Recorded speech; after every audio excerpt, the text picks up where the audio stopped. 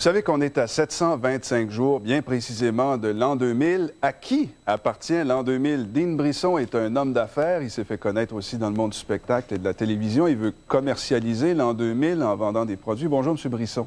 Ça va bien? Oui, très bien. Vous vendez des articles aux couleurs de l'an 2000. On en voit quelques-uns sur la table, d'ailleurs. Ben oui, comme vous pouvez voir, là, il y a différents logos et illustrations portant le thème l'année 2000 ou Year 2000 pour l'occasion ici.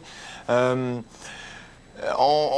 est pris dans un litige de droit intellectuel qui... Le problème, c'est qu'il y a quelqu'un qui a enregistré la marque de commerce en 2000, Year 2000, avant vous. Exactement. Il y a quelqu'un qui l'a enregistré en 84. Ça ensuite a été cédé en 91 à M.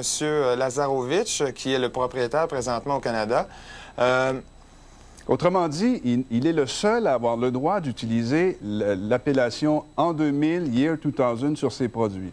Exactement. Sur les produits et toute autre commercialisation potentielle. Est-ce qu'il vend des trucs comme vous, des chandails, des tasses, etc.? Exactement, oui. Bon, donc vous êtes dans la même ligne. Et lui, comme il a protégé la marque de commerce en 2000, Year 2000, il ne veut pas vous voir là. Comment vous avez appris que ça avait été protégé, cette marque de commerce? En faisant une recherche au bureau des marques de commerce, lorsqu'on fait une demande de marque de commerce, il y a des inscriptions portant des ressemblances ou des similarités, exemple, avec l'an 2000. Oui, monsieur Year 2000 Inc.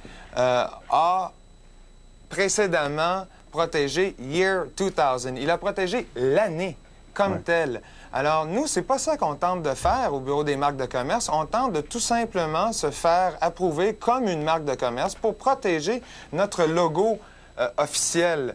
Mais s'il a protégé le titre Year 2000 en 2000, vous n'avez pas le droit de l'utiliser. C'est ce que ça veut dire légalement?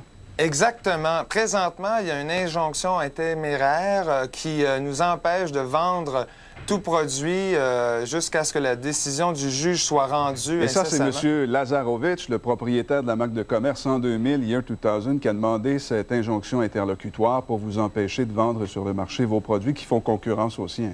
Exactement. Alors, ce qui arrive, c'est qu'il y a un monopole qui tente d'être Il y a le monopole sur l'an 2000. Exactement. L'an 2000, si on veut, là, c'est à lui, là. Oh, uniquement au Canada, au Québec? Au Canada. Aux États-Unis, il y a une firme qui s'appelle Planet Marketing qui, elle aussi, a les droits américains de l'an 2000, mais c'est le même groupe parce que cette compagnie-là a aussi un siège d'affaires à Montréal, sur la rue Saint-Paul. Maître Nicolas Sapp est avocat spécialiste en marque de commerce au cabinet Laverie de Billy. Maître Sapp, comment peut-on enregistrer une marque de commerce sur l'an 2000 qui est tellement générale? Tout le monde peut utiliser ça. La voiture de l'an 2000, le lunch de l'an 2000. Comment peut-on avoir permis qu'une marque de commerce soit enregistrée? D'abord, une marque de commerce, pour avoir une marque de commerce, il faut qu'on se retrouve avec un nom, un sigle ou un dessin associé à un bien ou à un service. Dans ce cas-ci, dans le cas présent, il semble que c'est assez évident, M. Lazarovitch a fait une demande de marque de commerce en 84 et il a sûrement donné une description des biens et services par lesquels il voulait couvrir sa marque de commerce.